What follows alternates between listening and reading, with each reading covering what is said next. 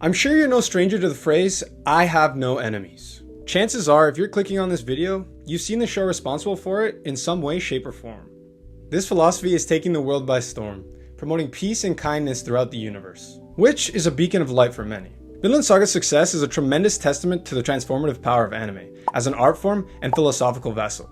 Not just as Japanese cartoons with unrealistic women. But while the sentiment behind this phrase is beautiful, does it make sense? Can we apply it to our own lives? Hear me out. Many of us have been wronged in our lifetimes, and I'm sure we can all agree that it seems like experiencing pain is a prerequisite to the human condition. Some would argue that it's that same pain that makes us truly alive. But does that pain have to define us? Thorfinn, the protagonist of the show, has just about every reason to hate human beings. Violence has taken everything away from him: his father, his family, and his reason to live. So naturally, he turns to taking from others, to compensate for what has been taken from him. Is this justified? It seems logical to make everyone your enemy, when they make you theirs. However, this way of thinking is flawed, as the only possible outcome is a seemingly endless and destructive cycle of hatred. Where should we draw the line? When you take a step back, a human inherently has no enemies. We are not born to hate, we are taught. That being said, this serves a purpose. We cannot be naive and let others trample over us. We must stand our ground and recognize that there are others out there wishing to do us harm. As much as we wish we could live in a perfect world, there's always going to be some ops out there. So how does one repel those with ill intentions and have no enemies? In this case, Thorfinn realizes that he's just a product of unfortunate circumstances and decides to break out of the cycle. The actions of others may have led him down this dark path, but it's his actions that will determine where he will end up.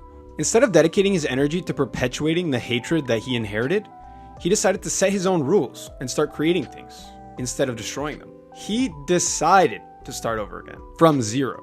This is where we all need to learn from Thorfinn. Too many times have we gotten wrapped up justifying our hatred or contempt for someone based on their actions towards us. I definitely have, and I'm sure you have too. Sometimes we just have to let go. You cannot control other people's actions, but you can control your own. Does something bother you? Do something about it. Did nothing change despite your efforts? Find another way. The key here is that you have the power to decide whether or not you're going to be affected by something or someone. For instance, take Thorfinn's negotiations with Canute. Thorfinn wanted to put an end to the avoidable conflict and killing that Canute deemed necessary to maintain order. But Canute refuses to stop because he considers his actions a necessary evil. Did Thorfinn get angry and lash out at him? No.